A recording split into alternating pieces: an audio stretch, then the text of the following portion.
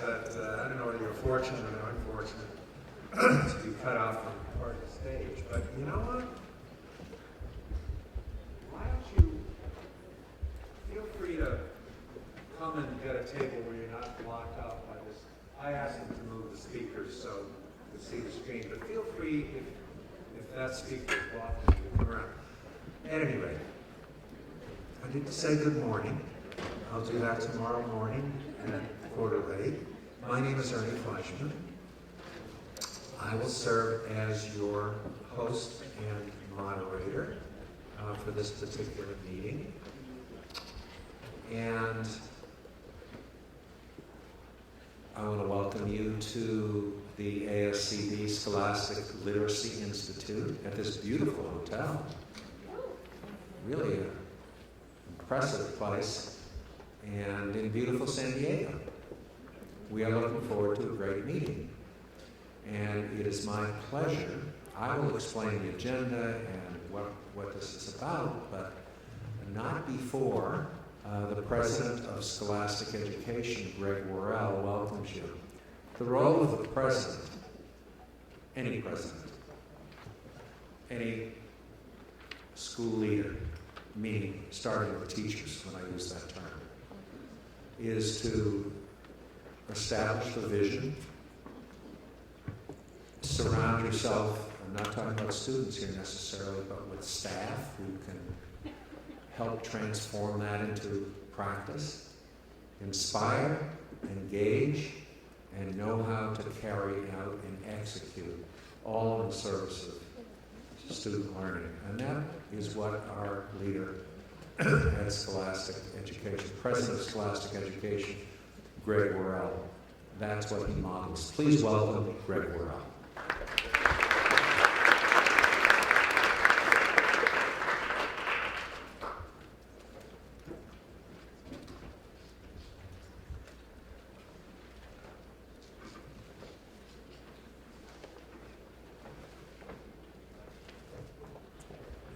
Good afternoon. It was very generous of my friend and colleague, Ernie Fleischman. Thanks, Ernie. I'm really excited about this meeting and the conversation that we're all going to be engaged in over the next couple of days. So it's a real pleasure on behalf of Scholastic to welcome all of you to San Diego and to this dialogue. On behalf of Scholastic, I should begin first by expressing gratitude to Deb Delisle and our friends and partners at ASCD. Could I ask, I know Deb is not here unfortunately today, but could I ask the ASCD team to just stand for a second and wave, and can we recognize these folks?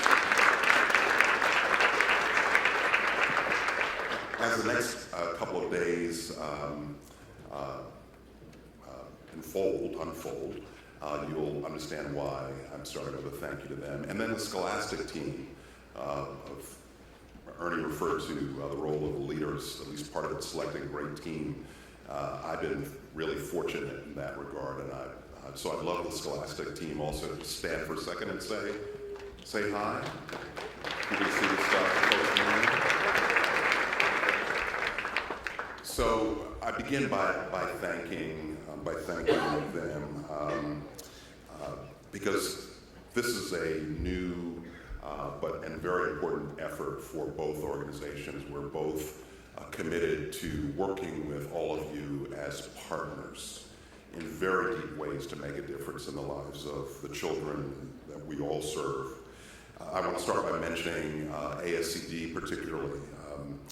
We're thrilled about their whole child approach that I'm sure you're all aware of. It's an effort to transition from a focus on narrowly defined academic achievement to one that promotes the long-term development and success of all children. They're very much focused on helping educators, families, community members, and policymakers move from a vision about educating the whole child to sustainable collaborative action. And at Scholastic, not so coincidentally, we share that same approach and mission. And this idea and the label or the title of this conference, Literacy Leaders Institute, is exactly that. It's about how we talk about and make a difference across our communities and what we do as a society to display the sort of leadership that's so sorely needed these days to ensure that every child has the right opportunities, and literacy is at the heart of that. I know both organizations believe. So I want all of you to know that we're very excited about our shared commitment and continuing combined effort with ASCD to bring meaningful professional learning opportunities to educators across the nation. But most importantly, I'm very comfortable in saying on behalf of ASCD and Scholastic that we want to offer not just a welcome, but thanks to all of the educators in this room who do so much to make a positive difference in the lives of young people every day. I wanted to note the fact that we have attendees, I understand, from over 20 states with us these next few days, just so that you're all aware. We have folks representing schools here locally, certainly in California, but also from as far away as South Carolina. I've heard of those people. Not that big. New York, and Alabama, all right. Ohio, welcome Ohio, Illinois, okay. I also have Iowa, Texas, there's Iowa, Texas, Alaska. Wow. Wow, they got a wow. And more. So, in fact, if Alaska got a wow, I have to ask, where are the folks from American Samoa? Okay, maybe they're still on the plane, right? Yeah. I think we'll excuse them. I'll let the geography experts fact check me on this, but I think American Samoa wins our prize for the team that traveled the farthest. There are representatives here also from state departments of education. We have folks from district leadership, district superintendents, curriculum directors, instructional leaders, Title I directors, teachers, principals, all here, I hope, I know, to share a rich dialogue over the next several days. So welcome to everyone. I wanted to express how important those of us from Scholastic and ASCD believe and know the dialogue is. Again, because of the reality that this is a national dialogue, but I know that as you all meet, we recognize that there's a commonality that we all share, that we're faced with addressing every day. We want to emphasize how important each of our roles as educators and supporting partners is, and I would say particularly now to our society during what I'll describe as troubled times that we're all observing and experiencing.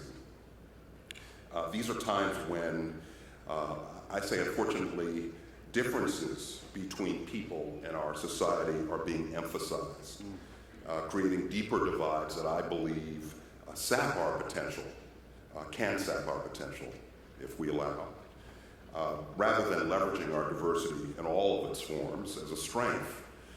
So at Scholastic over the past several months, and we have several of our researchers and authors with us, and you'll be hearing from educators that Scholastic and ASCD works closely with in our programming, all have highlighted, along with you, growing concerns for our children in this tough period in our society. I believe one important solution for troubled times is what we're here to discuss over the course of this meeting.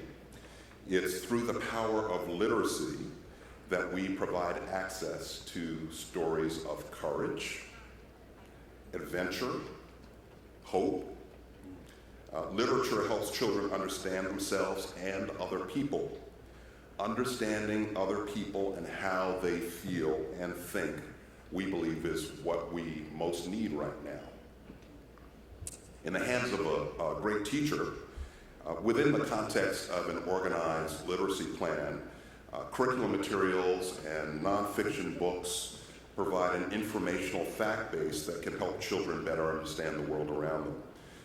We believe that you can build a better society by helping people understand facts and information, make arguments pro and con, be able to analyze arguments, think critically, and base decisions on reason and logic, not just emotion. If there is hope for our global society, that hope is driven by education, by understanding ourselves and other people, understanding the facts about the world, and being able to think through situations and solve problems for ourselves. Not just follow anybody who might sound like maybe they know what they're doing. Yeah, I agree. Well, I didn't know political judgments here. This for us represents the essential reason we're excited to be with all of you today and on a continuing basis. We're here to help teachers, school administrators, and families build better readers, children who can operate at a higher level, children who can understand each other and work together. That's what you all do and what you strive for and what we seek as partners to do to help you. And as your partners, we seek to bring knowledge and hope to young people every day. So the challenge is big, the opportunity is limitless, and the work is hard. Scholastic's been with you for over 95 years and engaged with you in this work. We want you to know that our commitment is continuing, and we're excited about the learning and the planning over the immediate next few days and ongoing work with you as literacy leaders in your home communities. So I'd like to close just by thanking you again for taking the time to be here. We're really, really thrilled, not just about the next few days, but about our continuing work with all of you. So thanks and welcome.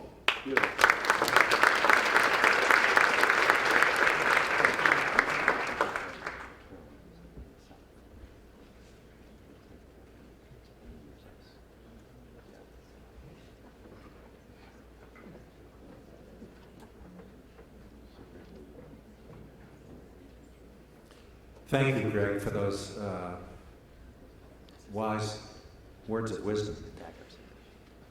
I'm going to be your MC. I had the pleasure of serving as a high school English teacher, superintendent of schools for 20 years, and working at Scholastic for the past many. And I only mention that because it helps establish a linkage here in terms of our common work. And I use the word link. The challenge here in all of our discussions is always to link it to student learning. My experience has been we get into discussions in faculty modes, whether it's a school, a district, or private, whatever, and we forget that it's what it's about. So please challenge each other. If a discussion goes off base, how does that link to student learning for all students? This meeting ends at 12:15 on Saturday. Here's the expectation and hope in terms of what we will hope you will leave with, what you will leave with, we hope. A deeper knowledge of the research in terms of literacy and how one establishes an effective literacy plan linked to student learning. A deeper understanding of what are the essential or key components of a school-wide or district-wide literacy plan. Some key priorities, because it's always, the work is always, whether it's for kids, caregivers, it's always about focus. We can only do so much. So what are going to be the key priorities for your school or district to improve the literacy plan? I hope you leave with a sense that you have a network of colleagues who can support you in the work. And it's the challenge of ASCD and Scholastic. We'll deliver on this to connect each other after this meeting so that you can share each other's literacy plans. That's one of our aspirations and expectations for this meeting. And then finally, two strong partners, ASCD and Scholastic, who are here to support your work. We don't expect you to leave with a completed plan. So I ask this as kind of a rhetorical question. Where are you with your plan? We have one. We're here to improve it. We are developing one. We don't have one. And this meeting is going to help us establish it. And by plan, we mean comprehensive. By comprehensive, we mean that it includes caregivers, families, as well as students and teachers, school administrators, and members of the community. Now, you can download this event on an app on your phones by searching Scholastic Education Events. You may want to take this down. The event password is LEADER, all in lowercase. And this app will provide you with the most up-to-date information via notifications and allow easy access to the Institute agenda and other useful info. So ASCD and Scholastic have built this institute by providing you with some of the best authors and practitioners, not only in the country, but I would even argue globally. And we've provided time, and this is what I think is so critical about this meeting and differentiates it, I think, from many others I've gone to, where I am talked at with little opportunity to react to the talk and apply it and share information with others. So we've allowed ample time for collaborations. And the collaborations will occur by 9 groupings. You'll be assigned rooms with, it could be as many as 20 people in a room from 3 or 4 districts, and we'll ask you to spend part of the time reacting to what you heard, but applying it to your school or your district. And then for the second half of the collaboration, you'll have an opportunity to meet in the same room with your team. And there'll be a facilitator for each. So we're trying to get the benefit of the network, but allowing you time for individual planning. We're going to talk about 4 key components. You have a literacy planner, an ASCD Scholastic Literacy Planner. We do not expect you to go through every question, every issue in the planner. You may want to do that when you get back home because it's a great planning tool. But you will need to figure out which aspects of the planner pertain to you. But we already know that, and you know it because we asked you that question prior to the opening of the meeting, and you told us that you may be interested especially in any one of the 4 major pillars.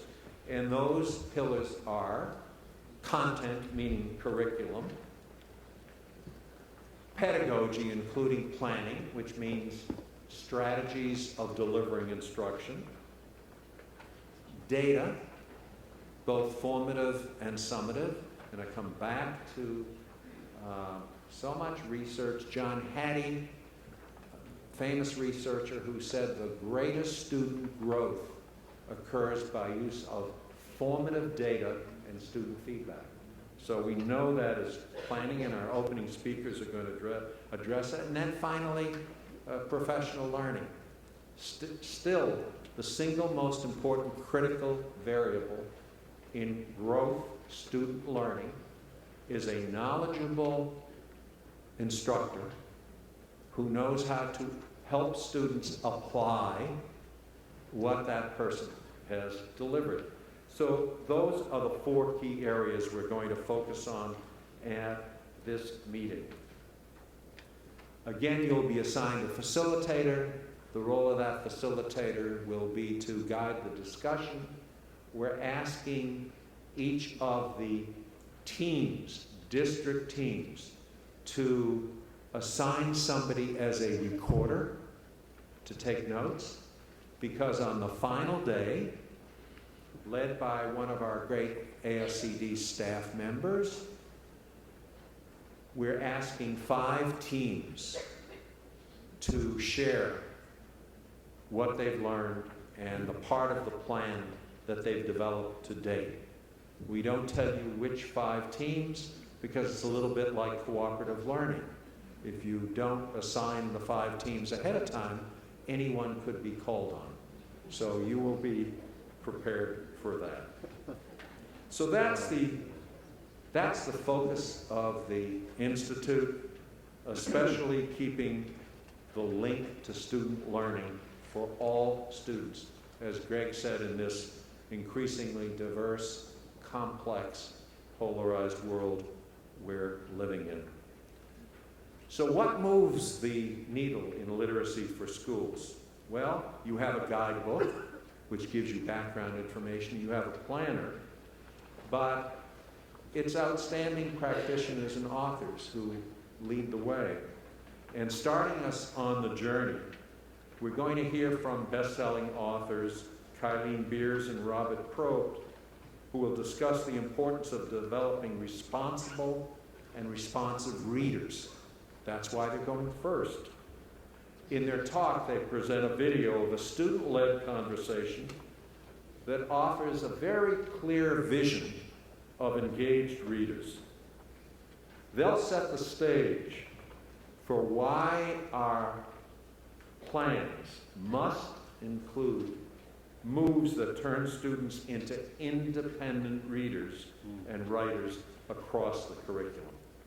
Kylene Beers is an award-winning educator, is the author of so many books, including a literature textbook read by the majority of middle school and high school students across the United States. She began her teaching career in the Alief School District outside of Houston, Texas.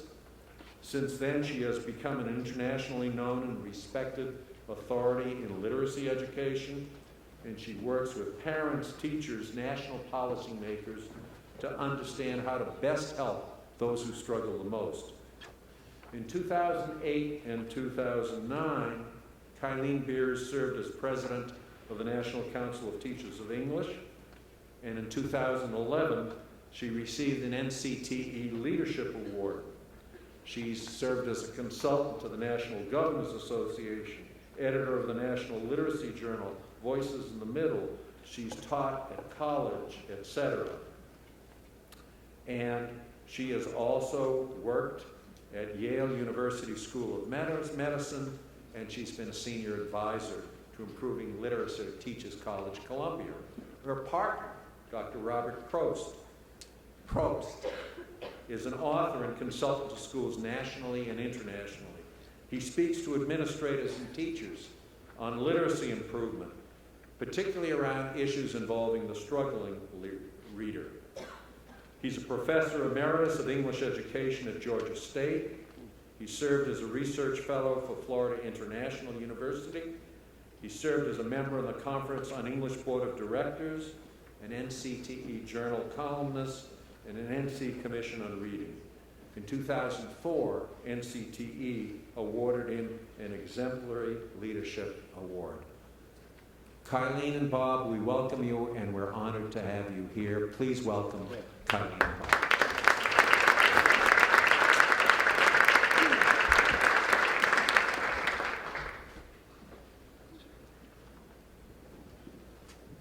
Thank you, sir. Appreciate it. Thanks. Thanks. Nerve-wracking to have to walk that far. I'm afraid I'll trip getting over here. So welcome, everyone. Hello.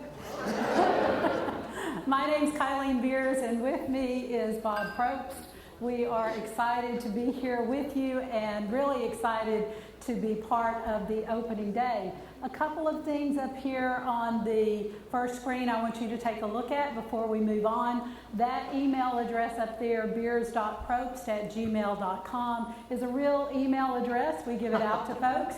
We hope that some of you will write to us, especially if you go back into your classrooms and try something and it doesn't work. If it doesn't work, Bob probably didn't explain it correctly.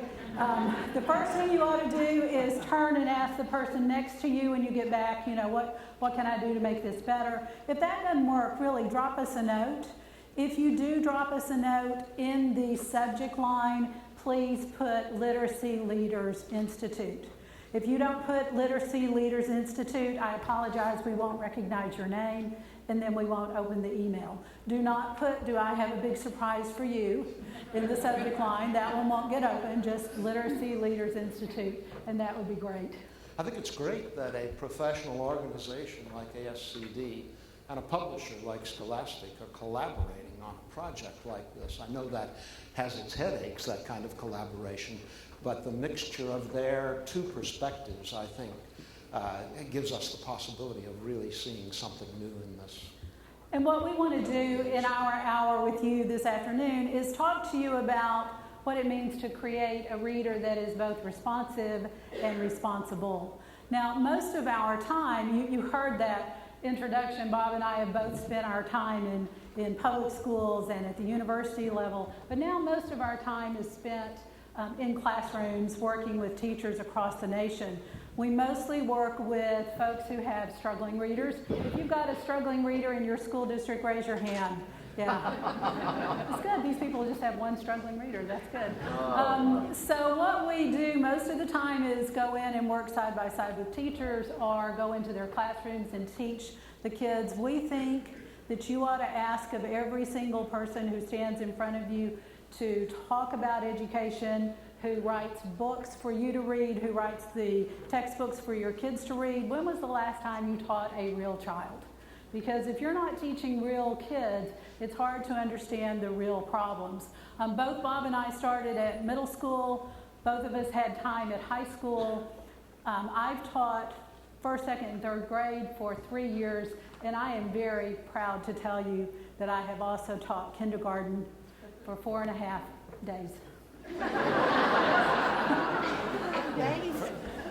Forgive the interruption. I would just like to mention that I do own another shirt and another tie. And it's not that one. It's Actually, you may not. I used to own another shirt and another tie. I don't know what's happening. We'll have to look at Bob tomorrow and see how he looks. Yeah, maybe he has one shirt and one tie. You know, we can show you pictures of us in classrooms, and I think that's important. We'll show you a video in just a moment of us in a classroom. But we thought, since some of you in here, maybe many of you in here really don't know who we ought to start by sharing with you some comments from kids. Comments that will show you just how valuable we are in a classroom, or actually in this case, the letter I want to share with you was written to me. Bob will have to prove his own value. This letter was written by an 8th grader to me after I had been in the kids' school for about 6 weeks, and then I was headed off on a book tour, and the day before I left, the teacher handed me a stack of letters and said, "Here, I thought that you would enjoy these." And as I read through them, I chose this one to share with you because it will prove to you my absolute value.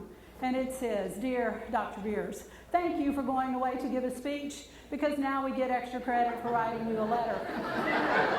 You are worth 5 points.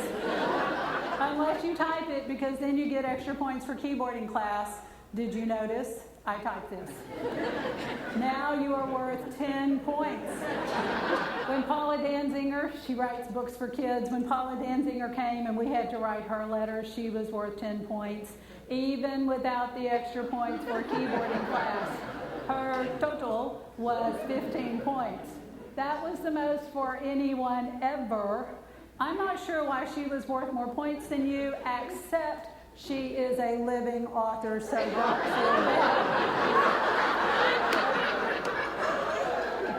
I have no idea what dead authors would be worth. Dead authors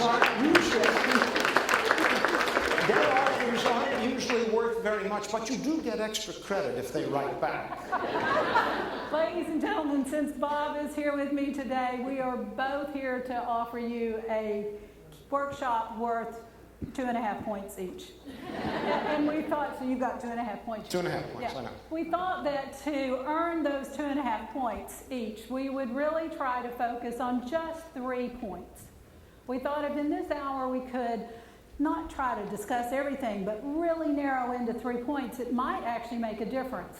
We want to talk a little bit about the importance of increasing the volume of reading that kids are doing in school.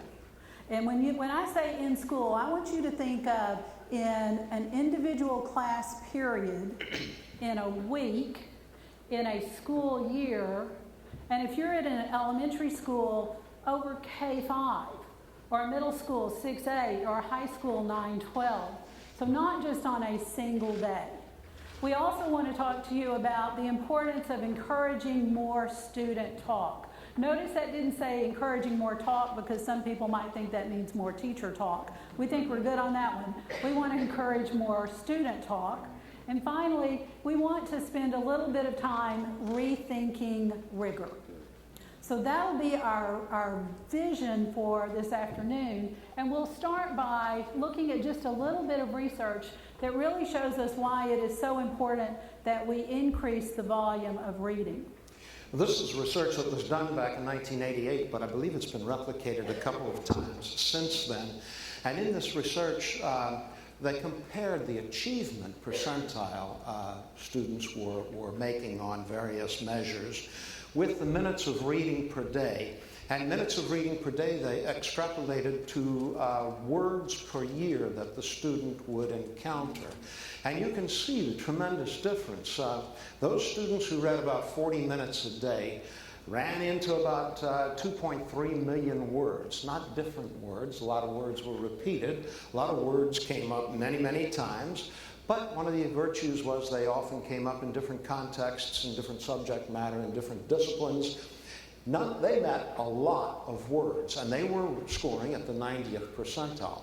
Those kids who read less, let's look down at the 10th percentile, and these kids were reading only 1.6 minutes per day. We're not quite sure what that is because it seems to me that that's barely the back of a cereal box, but 1.6 was the average they reported. They're reading only 51,000 words per year. So their vocabulary lags well behind. Their fluency, their comfort with structures, sentences, paragraphs, chapters, that lags far behind, and that's why they're down at the 10th. One of the reasons they're down at the 10th percentile instead of up at the 50th or the 90th. Folks, there's just no way that 2.3 million words compares to 51,000 words in a positive way. If you want to change how kids score on a test, if that's even just your lowest baseline, to live their life, then change the number of books they read. Change the number of books they read. Change the volume of books they look at. When we look at a new report out from Scholastic, just out, the Kids and Family Reading Report, what we see is that I want to highlight one particular piece that's looking particularly at our 12 to 17-year-olds, so our middle school and high school kids. And what we see is that those kids who are frequent readers, look at what they're reading, up to 40 books in a year. But our kids who are infrequent readers report that they're reading almost 5 books a year. Do you know what? I think that's over-reporting, because how many of you know kids that read 1 book in a school year? How many of you know kids that don't read any books by the time we get into high school in a school year? I think that if we want to change how kids are comprehending a text, the first thing we've got to do is make sure they're spending time in text. Did you want to say anything? Well, I just wanted to, it's just an 8 times difference. I mean, the kids who report that they like to read, that they are frequent readers, are reading 8 times as many books as those kids who are infrequent readers. So they are going to continue to grow and develop through sheer quantity of time and effort put in. Those kids who are lagging behind are going to lag further and further behind because they aren't They aren't practicing. They aren't taking the time to do it. Well, and I'm from Texas. You can't become a better football player, we all know about this in Texas, unless you actually go out and do what? Play football. You can't get better in being in the school band playing the saxophone unless you actually go out and play the saxophone. I don't understand why it is so confusing. You cannot get better at reading unless you do what, folks? Read. We've got to increase the volume. Now, this is data from what kids self-reported. Let's look at what some teachers reported to us in a survey that the two of us did about 3 years ago now. About that. When we were starting on the book that you have on your table, reading nonfiction, we got very interested in how much kids were. We knew volume mattered. We knew that the sheer amount of reading mattered. So we got curious about how much reading teachers were assigning in the realm of nonfiction. And when we looked at that, we weren't surprised. We were shocked, but not surprised, I suppose. If you take a look at this, the golden slice of pie down in the lower right-hand corner represents the teachers who reported that they had their kids spend no time, none, reading nonfiction. The blue represents the teachers who reported that they had their kids read less than half an hour a week outside of school. And the purple, which is a fairly large slice, represents the teachers who had their kids read less than an hour, or an hour or less, I guess is the way to phrase that.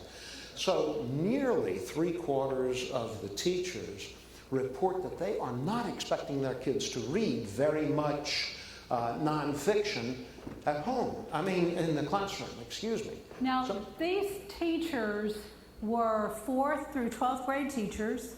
They taught language arts, reading, social studies, science, math, and technical subjects.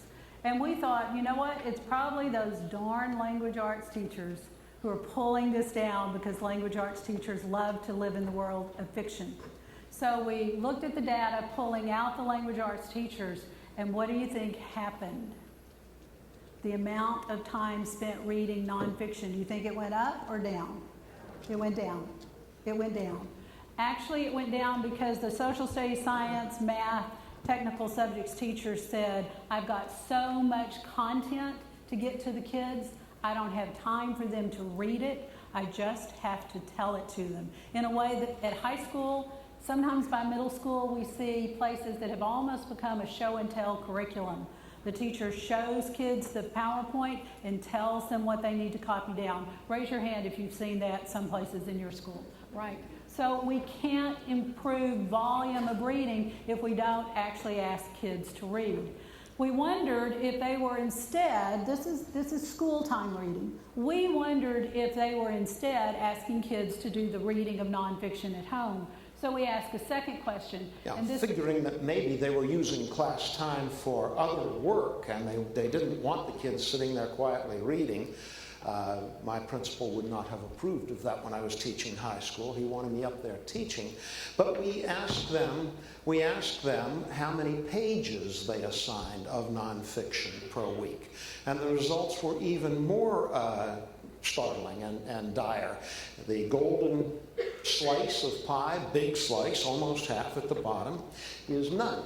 They assigned no reading, no pages of nonfiction per week. The blue is fewer than 10 pages. So here we have over 3/4 of the teachers who report that their kids read, at least assigned material, fewer than 10 pages a week.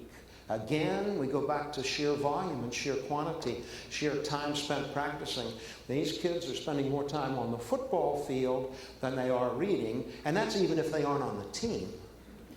So folks, the summary piece of evidence to take away with you comes from the Anderson Fielding and Wilson study. I think everyone ought to keep this on their desk. It just reminds us that reading books is the best predictor for reading achievement. When Bob and I are invited into schools and we talk with principals and we go through classrooms, the first question we ask is how many books a year will each kid in each classroom read? When I've got a principal who doesn't know that answer, I've got a problem. And when I've got a principal that knows it's a low number I can say to him right there, there's our problem. And then when I say to teachers, and how many minutes a day are we spending reading, especially reading nonfiction? And they can't tell me because it's nothing. Then I know we've got a problem. Ladies and gentlemen, if we want to solve the reading problem in this country, we have to begin by actually letting kids read. The single best way to improve reading comprehension is to read.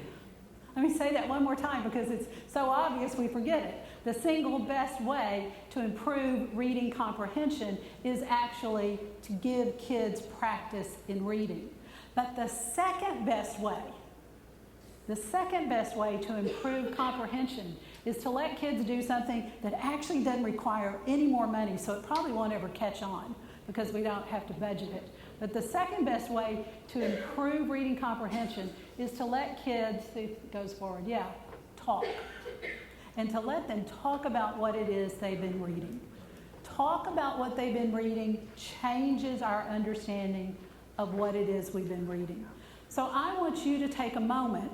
It's also, if you don't mind my interrupting, it's also what kids report they most want to do. They don't want to make dioramas, they don't want to write book reports, they don't even want to write 4-column quadruple entry journals. They want to talk. If they've read a good book, they want to talk about it with someone else who has read it. Well, that's an excellent point, Bob. Let me ask a question. How many of you in here like to read? Let's see hands.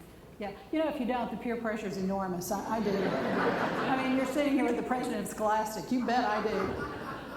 How many of you this past summer read a book that you really enjoyed? Let's see hands. And how many of you, as you sort of got to the end of that book, found yourself slowing down just a little because you didn't want it to finish?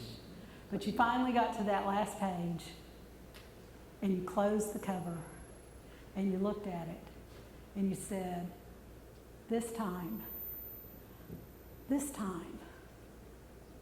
I'm gonna make a diorama.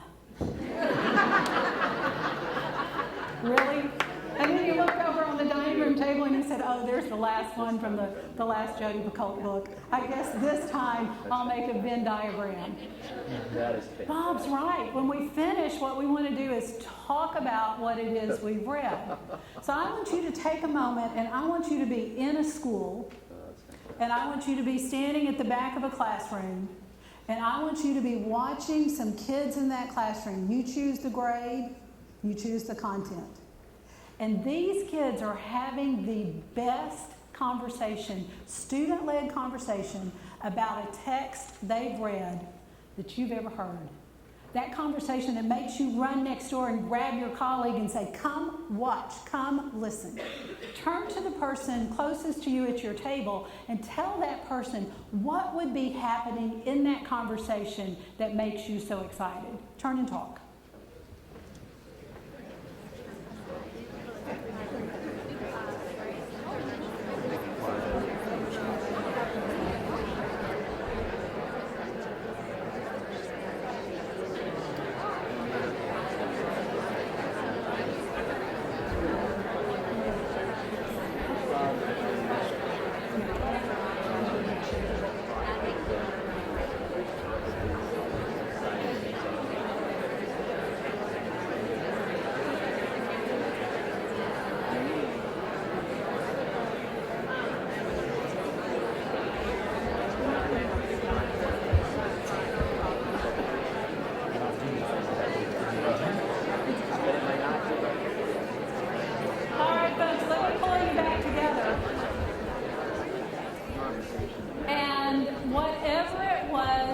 You and your partner talked about, I want you to hold on to that because in a moment we're going to take you into a classroom and let you watch a small group of students have a conversation.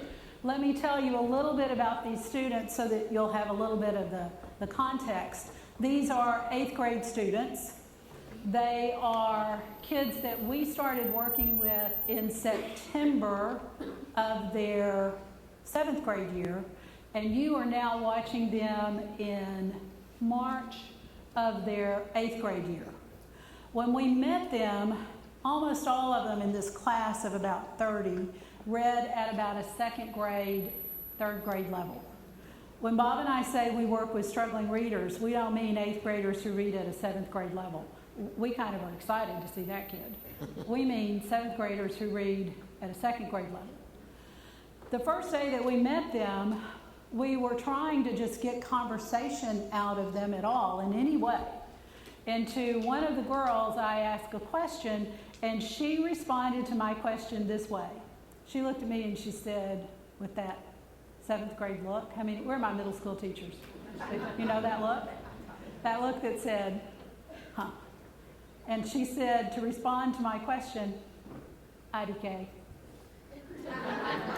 And I said, gosh, sweetheart, I didn't quite hear that. What did you say? Because I did not understand this child. And she looked at me and she said, IDK. I said, boy, I am really having trouble with that. And I wasn't being sarcastic. I meant I was really having trouble with that. And I said, one more time. And now she's, of course, angry and embarrassed. And so she looked at me and she says, IDK. Now, I didn't know what she meant. Because while I had seen that written on worksheets, I had never actually had it be part of my conversation with someone. So I walked over to the classroom teacher and I said, Beth, I don't know what IDK is. At which point Beth looked at me and said, I don't know. And I said, that's the problem. And then I realized we were about to have this wonderful Abbott and Costello who's on first moment. And I walked over to Bob and I said, oh my God, these children don't even use full words. We have got to change our lesson plan, and not that kids will use fluent sentences, but that children will use entire words. You're going to hear at a year and a half later, Lauren has found all of her words. You're going to watch another little girl, her name's Shania. When we first met Shania, she had so lost confidence in herself and in her school community that she answered everything by just whispering. She didn't speak loudly. Do you have kids like that? You just can't hear them. They've lost their voice. Bob and I believe that you cannot improve competence without first improving competence. No, that's wrong. No, that's right. You can't improve Well, competence. you got to you need it. skill and will have to go go together. together. You got to get to competence by improving confidence. Thank you. Yeah. I started flying yesterday from Baltimore. I'm barely awake. These kids had lost all of their confidence. And so they whispered their answers. This particular child, Shania, when we met her, would hardly give us anything. At the end of her 8th grade year, Shania had decided that she wanted to enter her science fair, I guess maybe about mid-year. And she won her building science fair. And then she won her district science fair. And then she won her area science fair. And when we met her at the end of the school year, 8th grade year, I said, how'd you do at state? And this kid looked at me and she said, I lost. And her teacher walked by and said, give me a break. She came in second. This kid had gained so much confidence that she walked into the state science fair expecting that she should win. Probably the most important story, though, is one of the two boys you'll be looking at. This is the bigger of the two boys, who had been told by his football coach that probably he needed to keep working hard at football because when he got to high school, he'd probably make it onto varsity. And at the varsity level, there'd probably be someone from college who would come along and help him become one of those wonderful athletes that gets a scholarship to go play college football. And he might be one of those rare kids that gets picked up to play at the pros. And his coach said to him, wouldn't that be a powerful way out of poverty for you? That's what he told him in 7th grade year. At the end of his 8th grade year, Darian asked his football coach to come visit with him, and he said, I want to thank you for all your time and all your help and all your attention. but Coach, I'm not going to play football in high school because I've decided my way out of poverty is by becoming an engineer. And so thank you a lot, Coach. But I think because school comes a little bit harder to me, I better use that time to study. When I met with Darian and he told us about this, I said, wow, Darian, that's great. That's great. I said, I do have one question. And he said, yeah, what's that? I said, do you like football? Because I was thinking, if this kid's really good on the football field too and he likes it, can't we help him do both? And he looked at me and he said, not so much. And I said, then this is really working out well for you. The kids you are about to see right now are responsive and responsible readers. They are kids who have learned that if they want to control their destiny, they need to be in control of their thinking. You're seeing them you're seeing them talk about Langston Hughes' fabulous short story, Thank You, Ma'am, in which a young boy steals a woman's purse. She doesn't take him to the police station, but instead tries to teach him a lesson about respect for others. And at the end of the story, he can barely say, thank you, ma'am. The teacher tells the kids, when you finish reading, I want you to look around, find 4 or 5 other folks who are finished reading, come together and discuss one prompt. And folks, if you write anything down from us today, write this one down. As you read, boys and girls, you need to look for what surprised you. And when you come together, that's what I want you to talk about, what surprised you. You're going to hear them almost immediately begin saying, this surprised me, this shocked me, I was amazed by. They've been doing this for a while. Don't think this is their first time. The first time we had them say, what surprised you, they said nothing. And then we moved up to IDK. And then we got to I don't know. And then eventually they gave us words and sentences. This is 1.5 years after practicing this. So let's watch these kids. If we can switch over to the video from Ohio, talk about Langston Hughes, Thank You, Ma'am. Let's go ahead and get started. Okay, here they are. And they go mad for him. They'll be only mad because he tried to take her pocket, we tried to take her purse. They'd be mad. They wouldn't just take him in, give him $10, wash him, and clean him, and feed him. Nowadays, people won't be so considerate. They figure, okay, he stole my pocket, he tried to steal from me, so why should I try to be nice to him? Or they'll try to lock you up or either try to kill you, this. But she did something different. That's why this passage surprised me when I saw this, because they act in a different way than real life would now. Yeah, that's what I think, because it's like, I've never seen nothing like that. That's why it shocked me when we read it. Because you would she would be like, just let him go, like, maybe some sick, like, if he's down on the street, which makes you think you're gonna take him in as your own son, and he's gonna be good. And I wonder why he didn't run when he had the chance. Like, why he just stayed there. Like, he felt so bad, like, he was like, happy because he probably didn't have a family. But he was trying to run the whole time. Like, he was like, he just let me go. She's like, are you hungry? He was like, no. Like, he didn't want help, and then he got there, and they didn't try to run. I wonder why he didn't. He probably did that because he didn't have any money. He probably didn't even have a family. That's why he snatched her purse and started running. I want to know, why did he try to take her pocketbook on board to get some money for some shoes? What was so special about the shoes that he wanted them so bad? Was it that other kids that he thought was better than him had it, so he thought he had to have them? Or I wonder, like, where was his family at? Like, why wasn't they there when he needed things? Or why was he out at night because it was dark? And why would you try to snatch somebody's purse? You shouldn't do something to somebody else's family that you wouldn't want nobody to do to yours. You have to think about it. Because, like, if I do something to you or somebody do something to somebody else, you got to think about, what if that person do something to my family? And you wouldn't like that. So I don't understand why he would have did Maybe that. he wanted them shoes because he never had that. Maybe he never had a pair of new shoes. Maybe when he had a family, he always got his brother's old shoes. And maybe he wanted like something people handed down, or he just wanted something to make him feel like popular for like one day at least. And she still gave him the money. Like, I think she was like real considerate about him. But you gotta think about it. Do he have a family? Do he have a brother? Does he have a mom? Does he live with his mom or dad? Remember, he had to have a family to get here, so but he had to have a mom and dad for him to exist.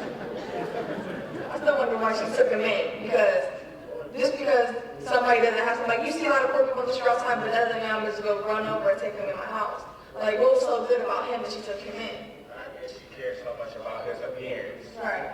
Maybe she had a son, but something happened to her son, and she just felt like, That could be like another that she part. just took him in for that point in time, and just try to like show him like right from wrong, just from there, and maybe to teach him like he shouldn't be trying to take people's stuff and like stealing is wrong. She probably thought that he didn't have a family. She probably was trying to be like a mom, but she lost her son, or she had a son before that. She probably was trying to be like another mom, trying to make him feel at home like that was her son.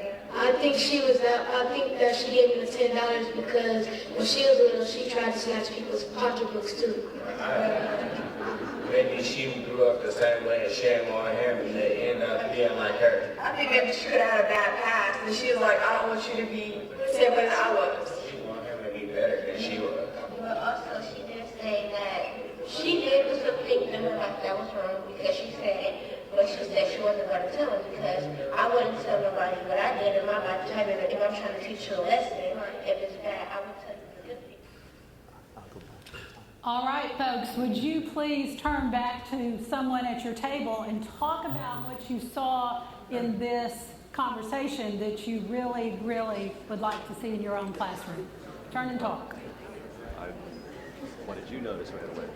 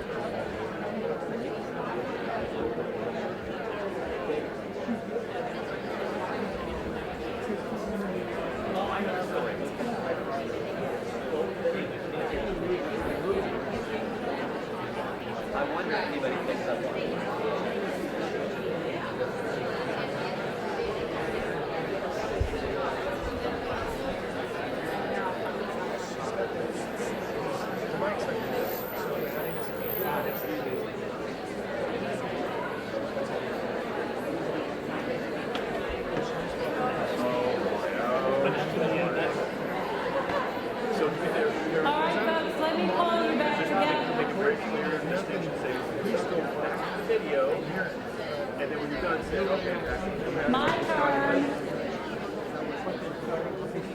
Let me pull you back together and ask you, what was it that you saw in that conversation that you would like to see replicated in your own classroom? Let's hear some folks. Yes, ma'am, over there. All right, so very respectful of each other's speaking time, not interrupting, not jumping on. Yes, sir.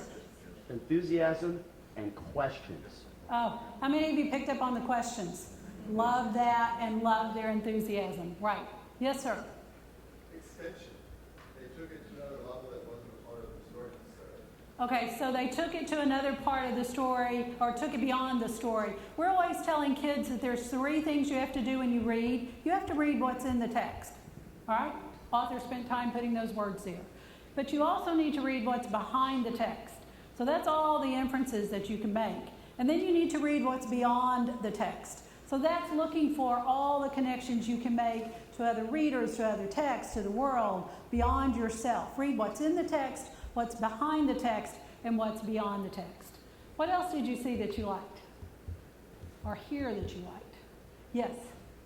They were respectful of their arguments, each other's arguments. They were respectful of each other's arguments. What do you mean by that? You can see that there's a structure in place or something where they can sometimes disagree, but it was okay. They brought in reasons why and evidence of why they were making their claims. All right, so they didn't all just say to each other, I agree, I agree, I agree. They listened to each other, and when they needed to, they explained their own position, even if it sort of took us in a different direction. But they did it in a way, did you notice it just felt really natural? How many of you just loved that it felt like a conversation? And what I loved, and I suspect some of you said this, but I haven't heard this yet, I love that they simply kept talking about the text. You know, I thought that was a home run right there. Bob, I see that you've convinced the guy at the back to stop this video. It really was, without my sheer most chance. I wanted them to see the little moment book. ever in all pictures. But Bob has a reason for liking people to stop it right there. And so you're going to tell him the reason, and then you're going to move on. Guy in the back, okay? Well, the reason I like stopping it here is that these kids so obviously don't need us. They don't even care. And if you just let it run from here without sound, you will see, or maybe you remember that at some point I came up to this table of kids, knelt down beside them, and not a single head turned toward me.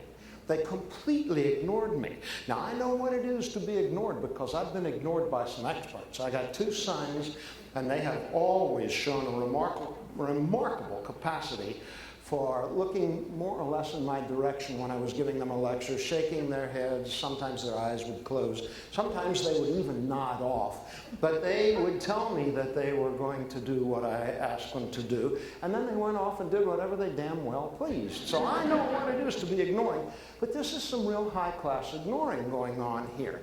I came up to them, they did not even look at me. Now, I take that as a really good sign, and the reason I take it as a good sign is that it seems to me that it indicates that these kids are moving toward independence. They don't need me, they don't want me, and they don't even see me when I come up to them. That's what I really want. Now, I'm not sure that I always wanted that. I think what I really wanted when I started teaching, well, I would have told you I wanted that. I would have told you I want my kids to be independent, self-reliant. I want them to go out and cope with all the texts the world is going to throw at them in the form of advertisements, pleas for their money, either honest or dishonest, political statements, all that sort of stuff. But I think what I really wanted and wouldn't admit to, was that I wanted those kids to need me. I wanted them to really depend upon me. I wanted them to take that text home that I had given them, stare at it with tears in their eyes, and say to their mother, "This is hopeless, it's impenetrable, impossible, uninterpretable. I can't make heads or tails out of this text. But I know that tomorrow when the 10:40 bell rings, Mr. Probst in his pedagogic brilliance will lead me out of this deep, dark tunnel I'm in.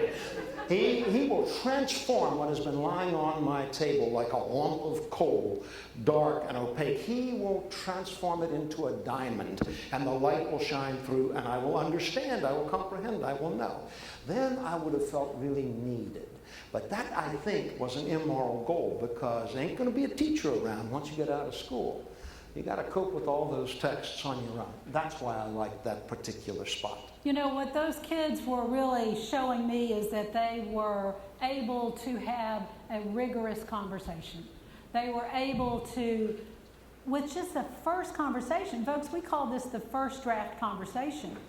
This isn't even when we've asked them to revise some of their understanding. And we try to use writing process language as much as we can when we're talking about reading. So we talk to kids about their first draft of understanding, and we talk to them about revising a particular part of their understanding. But what they were doing in this very first conversation shows me a tremendous application of rigor. And so that leads us to a point that we've got to talk about, what is our definition of rigor? Bob and I go into schools and we say to the faculty, what's rigor? And within one faculty, we'll hear some people say, well, it means giving kids more homework. We'll hear other people say, well, it means doing more at the higher levels of Bloom's taxonomy. We'll hear some people say, well, it means that we've got to give kids more complex text to read. In one faculty, we don't even have a common vision of what rigor is. And so I want Bob to spend just a moment talking about an example I like that he shares about rigor. In one school, it was just grade harder, give fewer good grades, make the kids suffer more. This example, harder, I think, is not a good way to think of rigor. The example Kylene likes is the single most rigorous reading of a text I ever witnessed in my entire life.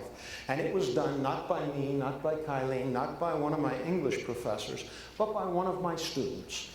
I wish I could claim credit for it. If I ever figure out how to take the credit for the rigor of his reading, I'll seize upon it in a moment. But I really can't do that in all honesty. It didn't even happen in my classroom. It happened out in the hallway in that 4 minutes that Milford gave us to move from English to phys ed to social studies to whatever. We had a very, very short period of time there, and this kid was standing out there in the hall poring over a text. He was intent upon it. He was oblivious to the world around him. The football players elbowed him rudely into the lockers. As they walked past, he bounced off of them with a resounding crash, never lifted his eyes from this page. So I got curious. What document is it? What has evoked this intense, focused, concentrated reading from a young man like this? So when the bell rang, he didn't hear it. He was oblivious to that. I had to go out, grab him by the collar, drag him in, get him pointed in the general direction of his desk. And as I did so, I glanced over his shoulder to see what it was that had elicited this rigorous attention. And I thought it might be a very abstruse calculus problem that Mr. Jones had given them.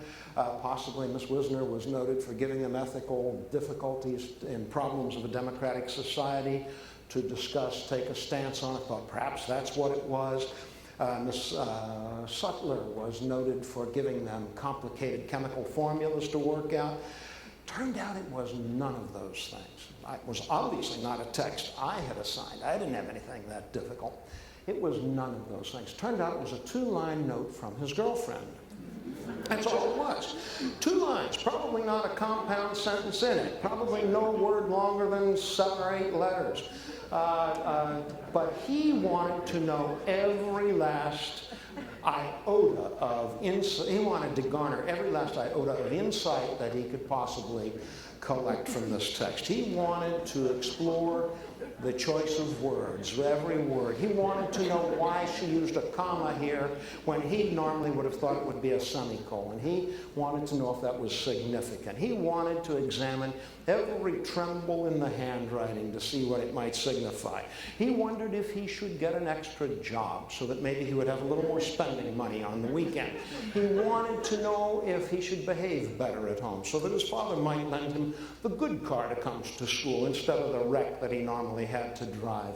He did not want to miss a thing. And I think that what I should have inferred immediately, didn't for a number of years, but what I should have inferred immediately is engagement matters more in rigor than difficulty. We don't make kids read more rigorously by giving them a more difficult text. We make them read more rigorously by giving them a text and arranging for them to be engaged with that text, arranging for that text to be more than an assignment, more than just passing interest, but something significant, relevant, and worth examining and exploring. So Bob, tell them about the physical education example, because I think that one also is worth. I think because she likes to pick on me a little bit, but let us say that you took a look. Here's a phys ed example. Let's say you took a look at me and you said, Probst, you're not in very good shape. We're going to put you on an exercise regimen, and we're going to give you a 10-pound barbell to work out with. Well, I probably could not have a very significant workout with a 10-pound barbell, not in the amount of time I have to give it. It's just too light. So you say to yourself, well, we need to make your workout harder, more rigorous. So we're going to give you a 100-pound barbell to work out with. Let's make it a 75-pound barbell. I am out of shape. Let's say 75. I can probably have a decent workout with a 75-pound barbell. But you may take another look at me and say, Probst, you're an embarrassment to your species. You should not go out in public in the decrepit, run-down shape you are in. We need to make your workout even more rigorous. So we are going to take away the 100-pound barbell and give you a 200-pound barbell. That will make the work a lot harder. You will have to work more rigorously. You'll be presentable again in a couple of years maybe with that barbell. But what would a 200-pound barbell do to the rigor of my workout? it would drop it to 0, because about all I could do with a 200-pound barbell would be to admire it. I'd look down at it and say, my God, that's an impressive hunk of metal lying there, immobile, unmovable, unbudgeable at my feet.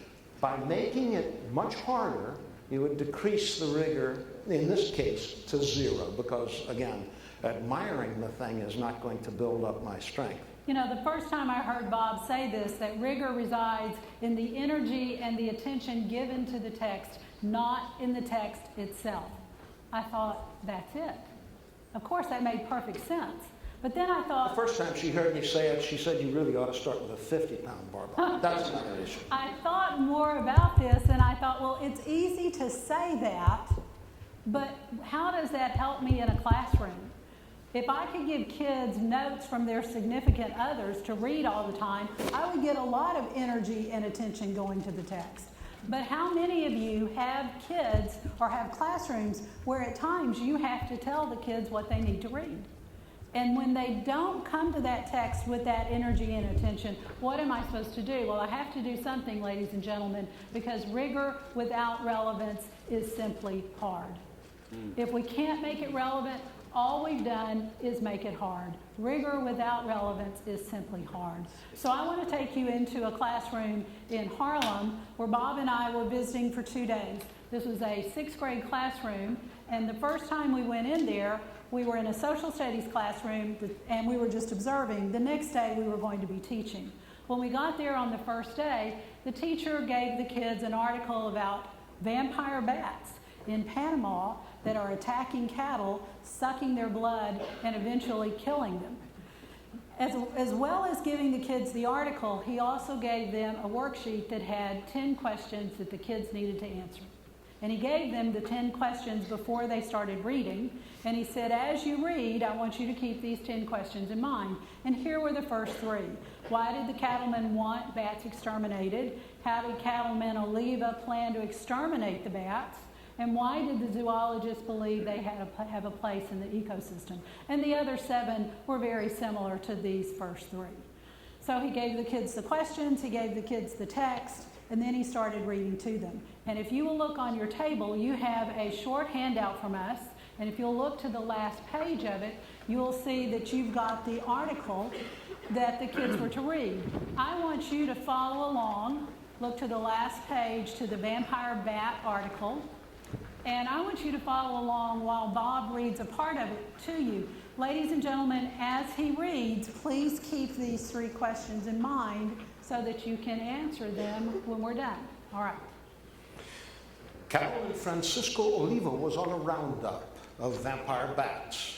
After a swarm of the blood-slurping creatures dive-bombed his herd and drank their fill one recent night, he corralled several dozen of them in special contraptions that looked like giant badminton nets.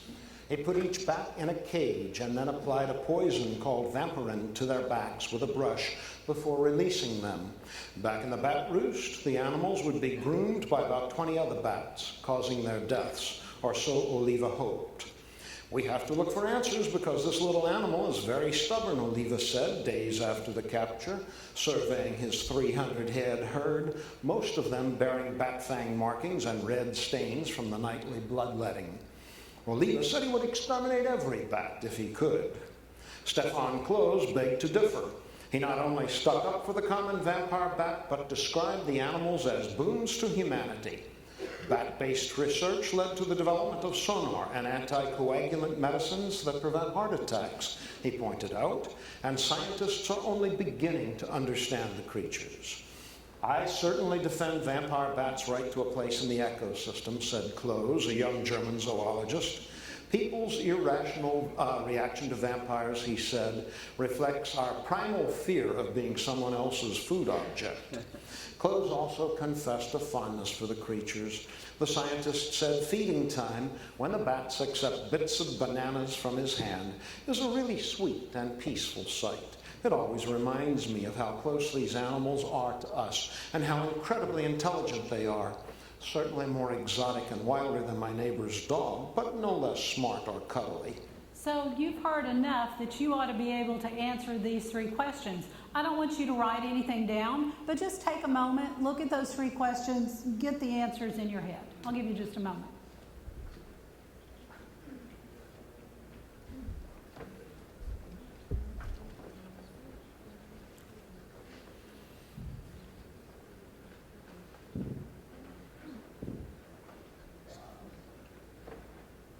And I suspect that if we went over the questions, you would have answered all of them correctly, so I'll say that you've all made 100.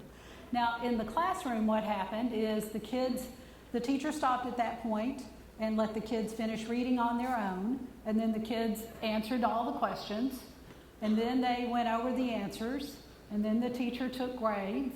About 80% of the class seemed to make 80.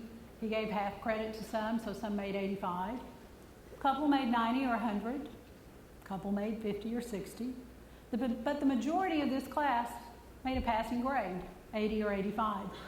So class finished. I said to Bob and the teacher, that's a really amazing article. I had no idea about this problem. I didn't know vampire bats were, sucking the blood out of cows. And what 6th grader isn't going to like an article about blood-slurping vampire bats? I said, why don't we use this article tomorrow for our lesson? Teacher said good. Bob said good. We leave. We come back the next day. We walk in and we say to the kids, so today, boys and girls, as we're starting our lesson with you, we want to use the article you read yesterday. And what did the kids say? What article? And I said, yesterday. Blood slurping vampire bats. The article from yesterday. And they looked at me and went, I said, seriously, vampire bats attacking cattle. One kid went through his backpack, maybe you know this kid, found a crumpled sheet of paper, smoothed it out, looked at us and said, is this it? And I said, seriously, folks, this was an amazing article. What did you notice? Tell me just one thing that you noticed when you read it. And LaTanya said, I didn't notice anything. I mean, what was there to notice? I read it. Do you have kids that do that? They have confused reading with finishing. It has nothing to do with noticing. So I said, boys and girls, we're going to read this again, and then something happened that showed me how much the teacher expected that the kids wouldn't remember anything. The teacher gave everybody another copy of the article. The teacher knew that the kids wouldn't have kept up with it. But we said, this time, boys and girls, as you read, we have 3 questions we want you to answer. And these are the 3 questions. What surprised me? What did the author think I already knew? And what changed, challenged, or confirmed what I knew? And so we said to the kids, these are the 3 questions for you to answer, and they looked at us and said, well, what does that mean? I said, well, the first one, what surprised me, means what surprised me. I said, it's when you're reading and you say to yourself, really? I didn't know that. There's something there that makes you feel shocked in some way. And the second question is that place where we're looking for that moment when you're a little confused and you realize it's because the author didn't give you enough information. The author thought you had some knowledge that you didn't. The author didn't tell you enough. And the final question means probably when you were reading, there was something that came along that confirmed what you already thought. Or maybe kind of raised a question in your mind where you say, I don't know if that's right. I don't know if I really believe that. It's challenging your thinking in some way. Or maybe it has completely changed your mind. So boys and girls, we want you to read this again, which you can imagine how popular that made us. But this time we just want you to answer these 3 questions. And then we told them, why don't you just use some little marks in the margin of your paper. When you see a place that surprised you, just put an exclamation point. When you see a place where the author thought you knew something and you didn't, that's probably going to raise a question, so put a question mark. And when you come to a place that changed, challenged, or confirmed what you were thinking, just put a C. Ladies and gentlemen, that's what I want you to do right now. Read in the text up to the same point where Bob stopped, And when you find places that surprised you, you go, really, I didn't know that. Put an exclamation point. When you see places where the author maybe thinks you know something you don't, put a question mark. And if you see something that changed, challenged, or confirmed your thinking, put the letter C. We'll give you just a few minutes to do that.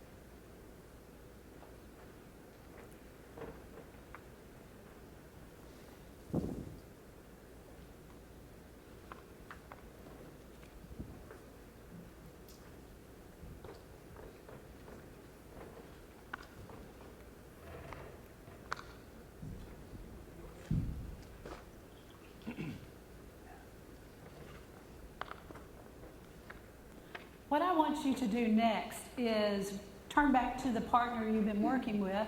If you want to, share what you marked, but here's the question I really want you to answer. I want you to talk about how was your reading this time different from your reading the first time. The first time being when we had the teacher's 3 questions to answer, this time being when you have these 3 questions. How did your reading change? Turn to your partner and talk.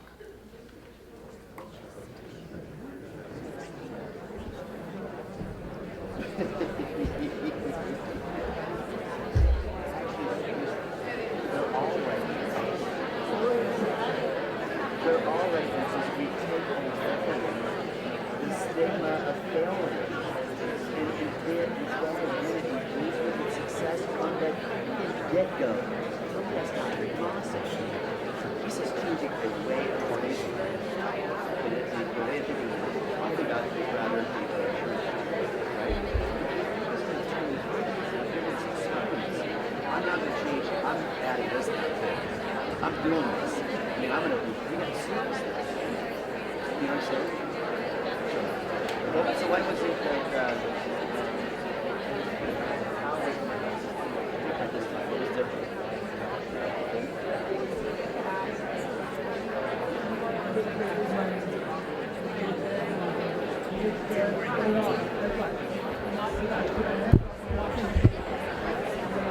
All right, folks, let me pull you back together. Let me pull you back together.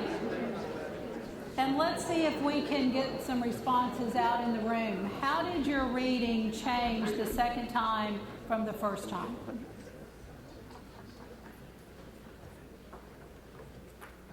This is the part where you volunteer. Yes, sir. The second time reading it, it was about me. When I read it, I was making a text of self-connection with it because it was about what surprised me, what changed my thoughts.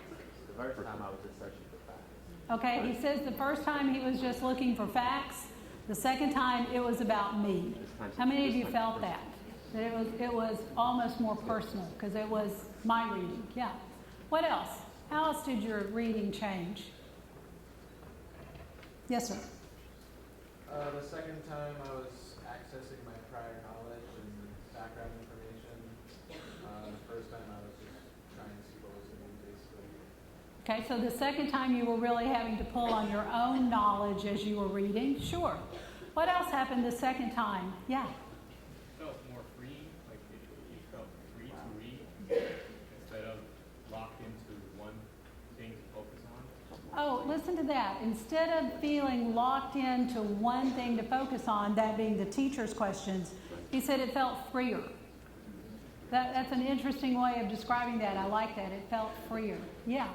I think you're searching for meaning, so you're processing and you're relying on connections that you can make from your own strengths and understanding to infer and create new ones. So you're searching for meaning more in the second than in the first.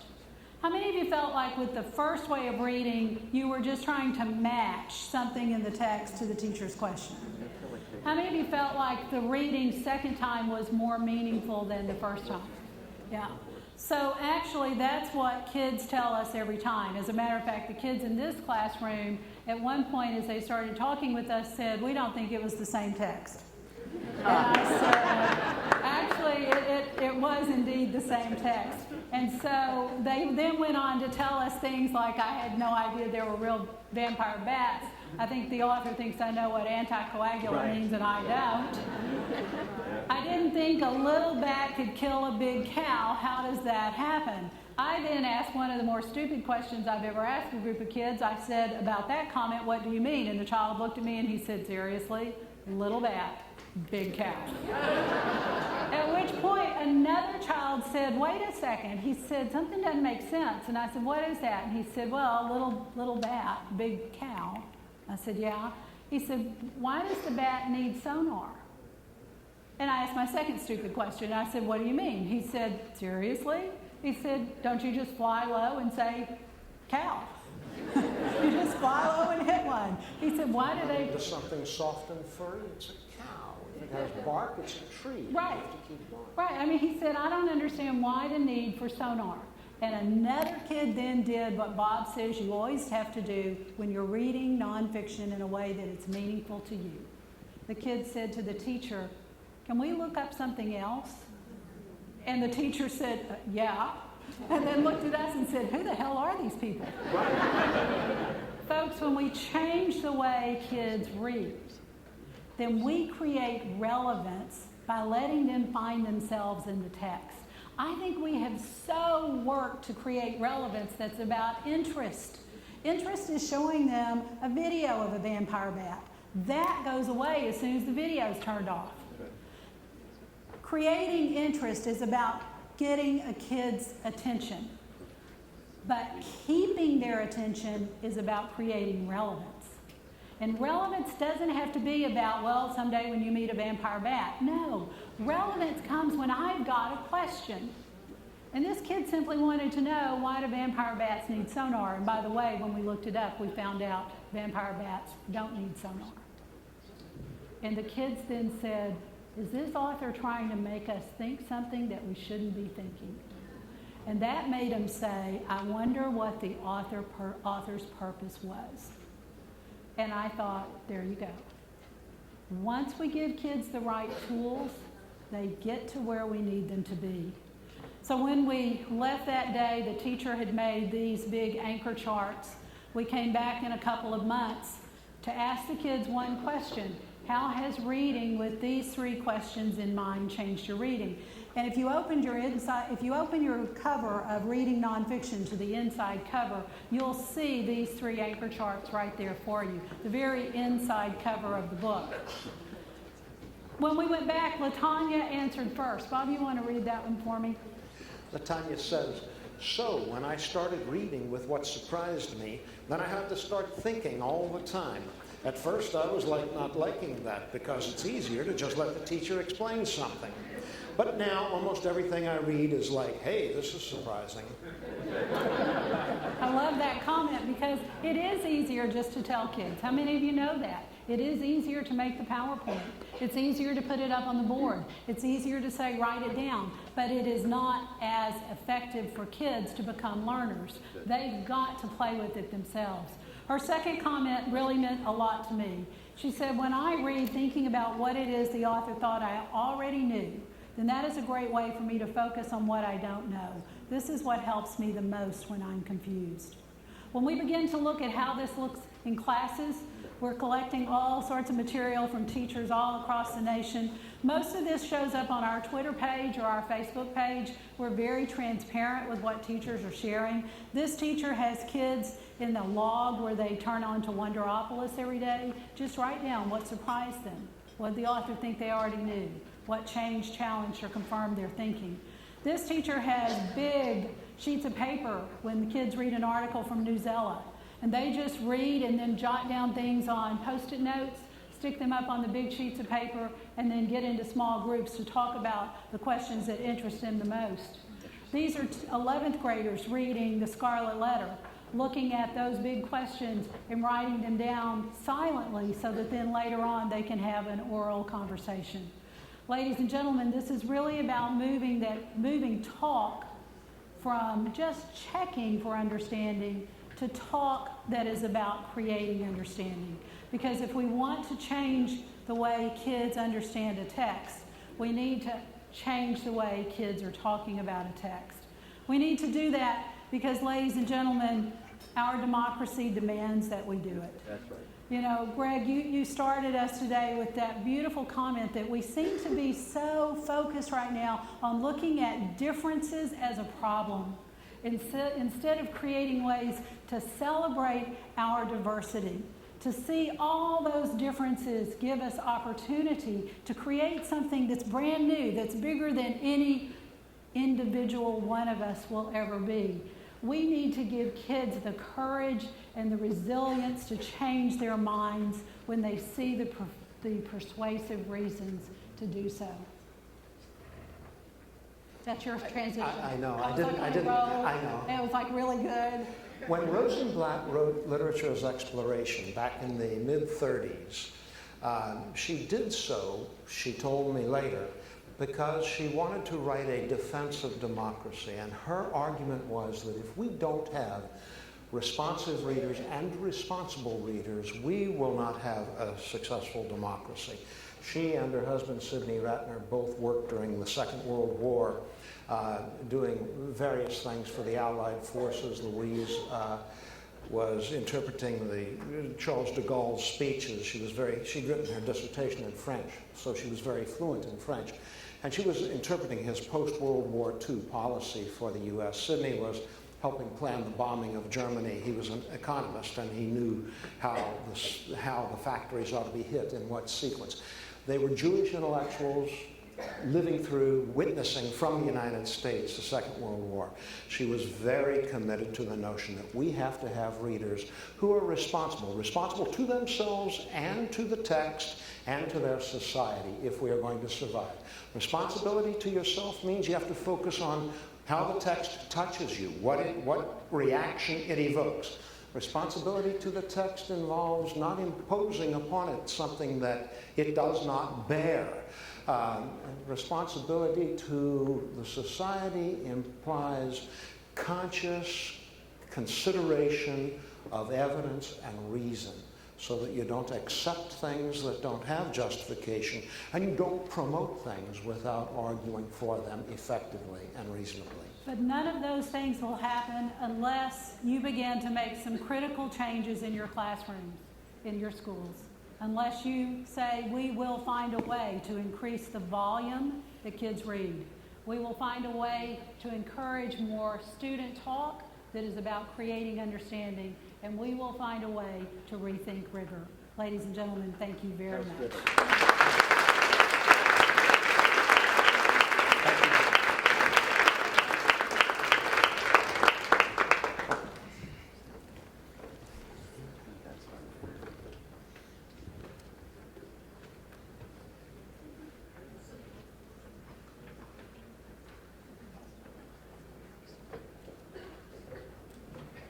Terrific, Eileen and Bob. And as you know, you modeled what you were talking about in your presentation.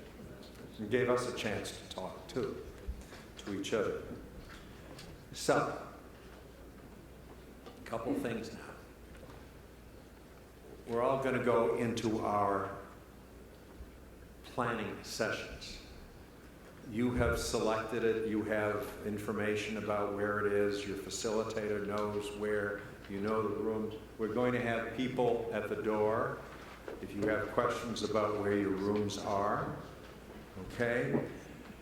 We're going to extend the talk by about 10 minutes, meaning the collaborative talk. First part of it is as a total group, second part is individual teams. So here's my challenge. I want to connect what Kylene and Bob said to the plan. So I'm going to pose the following question to each of the teams. Are you aware of the volume of reading in your school or district?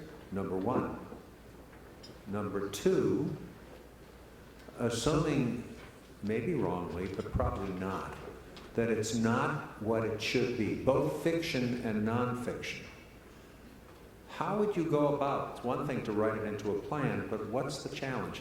How would you go about expanding that volume, which means working not only with teachers, but also there's a parental component here. That doesn't happen in the classroom.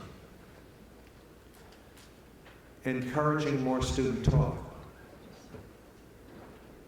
Most of our criticisms of our own high school education, mine as a private, went to an outstanding high school. It wasn't. Teachers talked us to death.